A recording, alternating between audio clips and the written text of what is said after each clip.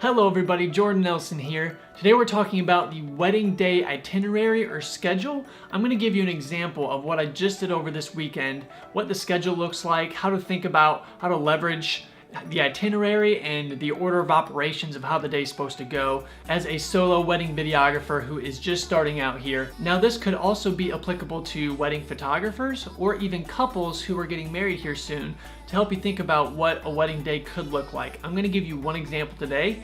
If you would like more of these types of videos, be sure to just leave me a comment, let me know that another itinerary might be helpful to look through because every wedding day is different. This is just one example, but just to kind of give you a baseline of how to think about these things. So the wedding day schedule and itinerary is super important to have down before you even start the day to know what you need at certain points of the day and where you need to be. So first things first, where do you get the itinerary? Who's in charge of that? A lot of the weddings that I do, I have a photographer friend named Molly Dolores. I'll link her website in the description below. She meets with the couple and really goes through the details of the itinerary, and she'll send that to me. So that's a really good deal for me. It's really helpful. I appreciate it a lot, but that doesn't happen for every wedding. I work with lots of different photographers. So I could either try to get it from the photographer. That's my first try, my first point of contact, if I have their contact info. But I could just reach out to the couple if they have their itinerary set. Now hopefully the wedding itinerary would have timestamps for how long certain things are going to take, so you know if you have enough time to maybe switch locations or get things within certain time periods. All right, now here's the example from this past weekend of the wedding itinerary that we used to shoot the entire day. As you can see, there are timestamps on everything, who's getting photographed, what's happening. So we're gonna go through each of these things to kind of help you see what you might need to think about as you're looking at a wedding schedule. So from 12:15 to 1 p.m., we shot the accent shots. Now that is the wedding dress, maybe like bracelets, earrings, shoes, flowers. And that's usually how I start my videos, with a few of those accent shots. We usually want about 45 minutes to an hour. One, because you're gonna be in there introducing yourself and kind of getting set up there. It's the first thing you're shooting. But then also be able to set up the accents how you want. The photographer is going to want to set them up in a certain way as well to get the best shots and best photos. And then after the photographer is done doing that, I kind of go in and get how I want to shoot it with some movement, how I know for my video I want it to look. I don't shoot everything, I don't shoot every single accent, because over time you get to learn what you actually use in your videos and what you don't. Now, during this period, if the groom is in the same location, typically I will try to go up to either their hotel room or down the street if it's a different house or whatever, and try to get to them and try to get some of those shots of the groom with his buddies getting ready. Now, I didn't do that this past weekend. I just decided that the first shot I was going to have of the groom was going to be at the first look. That was just a decision I made, but most weddings I do try to get those before shots with the groom. It's really just your decision. You just have to make that call if you're going to or not.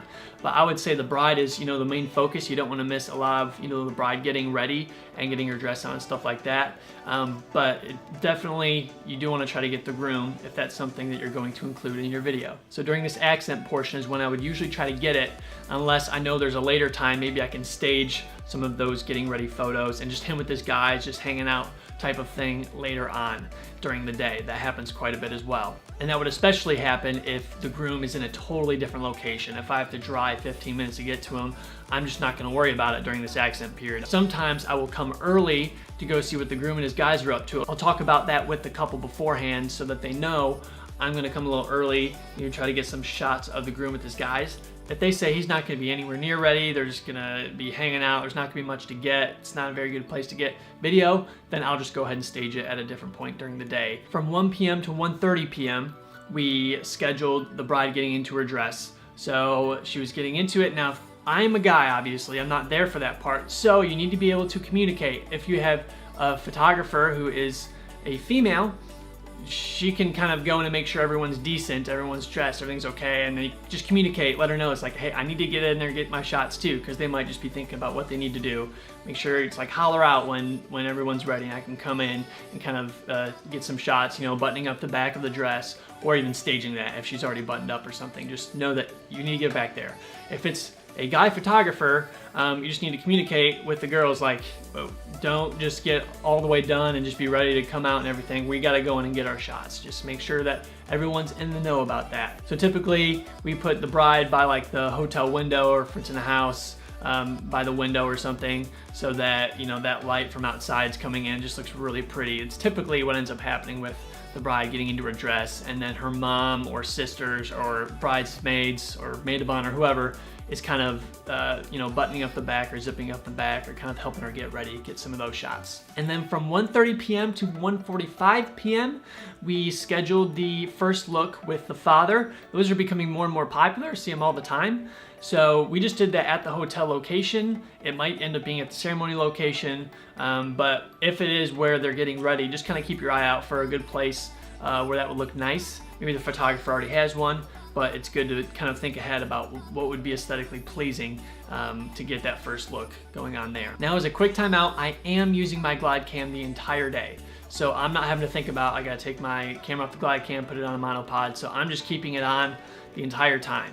Now, if you're using a couple of stabilization techniques and you're using a monopod for part of it and a glide cam for part of it, you just need to make sure you know when you're going to switch those over. Now, after the first look, we budgeted 15 minutes for travel time to the first photo location at Lake Charleston in Charleston, Illinois. Make sure that travel time is in that schedule because things will get pushed back. You will be running late if you are not budgeting for that time. From 2 to 2:15, we went ahead and scheduled the bride and groom first look, and they also read notes to each other at the tail end of that. So I had to make sure that I had my microphone hooked up to the groom before they started even the first look. So before I even got out of the car, I made sure that I had it out and ready. All I had to do was press record and hook it up, and I was good to go. That's one of the big parts about having a good itinerary and schedule, is that you know that ahead of time, instead of you're just gonna try to go and wing it and be like, oh, fumbling through all your stuff. Things can be pretty fast. This was a pretty fast wedding. There was things going pretty quickly, one thing after the other. Now, we did call an audible on this one. We just did the bride and groom at this location. One, because it was really hot out and we were running a little bit behind. So we had in the schedule a second location, which was the ceremony location, that we were going to take further photos at. So we were gonna do the full bridal party and the bridesmaids and the groomsmen later. So you have to be flexible, and you have to be able to think on your toes when you're starting to run a little bit late and how to make sure you get everything.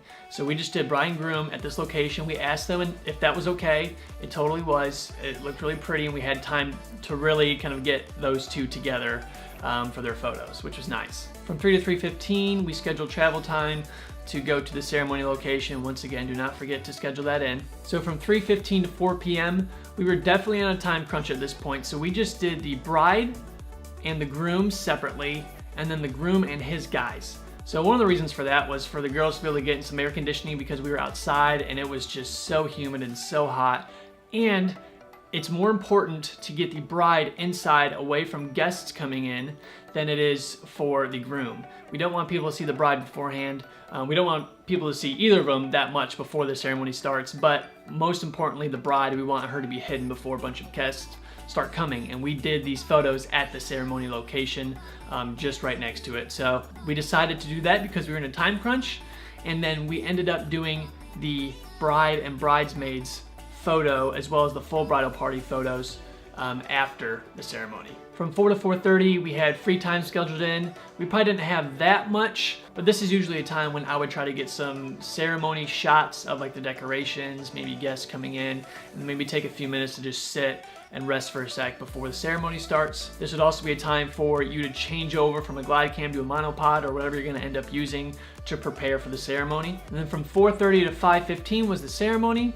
I actually did a video that kind of focuses on how a ceremony might work. It'll be linked in the description below. Be sure to watch that to kind of get a feel for how you would shoot a wedding ceremony. So from 5:15 to 5:30, we scheduled family photos. Sometimes it's even 30 minutes or 45 minutes that you schedule that, but I think it was just a smaller group there this time, but I never stay for that. I'm never a part of that. I don't need to get all of those shots. That's for the photographer exclusively, in my opinion. So for me, that was kind of a time to just kind of get some R&R a little bit. Sometimes maybe if I had missed some shots from the ceremony, like the decorations or something, then I'll go and get those shots. This is also a pretty good time to switch out your battery. I would only switch it out at this point if it's under 50%. I have 3 batteries, so I had plenty. Even if you say there's still 50% left, I just change it because that'll last me the rest of the day. So after family photos, we went ahead and did the full bridal party and the bride and her girls. So that probably took 15 to 20 minutes total. So we didn't actually end up getting to the reception until a little after 6 because we had to push those things back till after the ceremony. But you have to be flexible during these wedding days. Things don't always go according to plan or how they are by the book. But you just have to try your best to make it work and make things as much on time as you can. But as a photographer and videographer, you don't have that much control. You cannot control everything. Sometimes there are things within the wedding that aren't going the way that even the wedding party or the families want. Maybe they have to fix something within the ceremony, or they're trying to get in contact with somebody, like something else has gone awry that has nothing to do with you, but it's pushing things back. So you have to be flexible. You have to remain professional. This isn't about you, this is about their day. So you don't want to cause them undue stress by you being stressed because you're not on schedule. You just want to try to be as calm, cool, collected as possible while still getting getting the photos and the footage that you need. I know it's easier said than done, but you just want to make sure you're putting their interests first while also still getting those photos or coming up with another game plan if things are changing. So it ended up being about 6 to 6:15, travel to the reception site. First thing I would do was grab footage of the cake and then get some, wider shots of the location and then some details, and it's pretty easy from there. So as you can see in this itinerary, there was the entrances, the cake cutting, dinner/toasts, the first dances, the dollar dance, the bouquet and garter toss, and then the groom had a special surprise for dances with the groomsmen. There were also a couple other surprises in there where the bride sang as well as maid of honor sang. So yeah, I got all of that other than the dollar dance. I'm not going to use that in a video unless they specifically requested that I get video of that. I'm not going to stick around for that entire thing unless they want to just watch that whole thing later as a special request. And then once all of those kind of items are over, I usually try to get 20 to 30 minutes of dancing.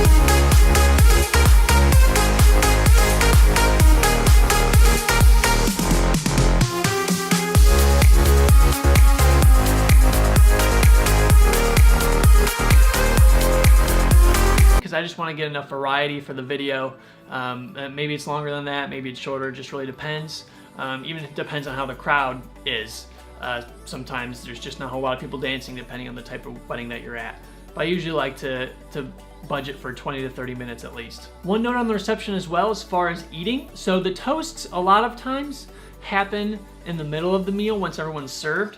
So typically what happens is that there's an agreement between the photographer and videographer and the couple that when the bridal party goes up, if it's a buffet, that we would go up right after them, get our food so we can start eating so we can shoot the toasts. Now if it's a plated meal where they're bringing you your food, you're kind of at the mercy of whenever you get your food. But after the toast, there's usually time to still eat, but you just gotta make sure that you're ready. You can just drop your food, get up, go, get the toasts, and then get back and eat. But just make sure that you have a place provided at a table and that you have food provided. Speaking of food, in this particular day, I got there at around noon. I ate a light but filling lunch. So eating and taking care of your body before and during the wedding day is huge. One, just for yourself, to be able to do the best work that you can and to not just feel like garbage all day. You're gonna get a headache, you're gonna feel dehydrated, you're gonna feel hungry, you're gonna start to get a little bit more crabby and tense, and you don't want that. You wanna be professional. You wanna be able to help the couple, remain composed if they're stressed out about stuff. You wanna be able to go in and do your job, and if you're feeling terrible because you haven't eaten or drank anything, it's just not a good deal. So make sure you eat something before. I know the timing's all different all over the place depending on the wedding, but find a way to pack a lunch in your car. During both the travel times, I had granola bars and I was drinking water constantly. And that's something that you need to do, or the more weddings you do, you're just gonna be not looking forward to it because you just feel terrible every time. So take care of your body, sleep the night before, and you're gonna do better work, you're gonna feel better, you're gonna be more excited about what you did at the end of the day rather than just pooped. And most importantly, you're going to provide the couple with the best service and best product you can. That's what they paid for. And you can even just build a little friendship with them. It's a fun thing. You wanna have fun with them. All right, that's it for me, but let me know in the comments below If you would like another video like this, it kind of goes through a schedule, another example maybe, something that's a little bit different. No two wedding days are the same as far as the schedule and the itinerary goes. Key really is preparing the day before or the morning of to know what you might need at certain points during the day and where you need to be. All right, and with that, I will see you next time. Go out there and have fun with it. Go learn some stuff.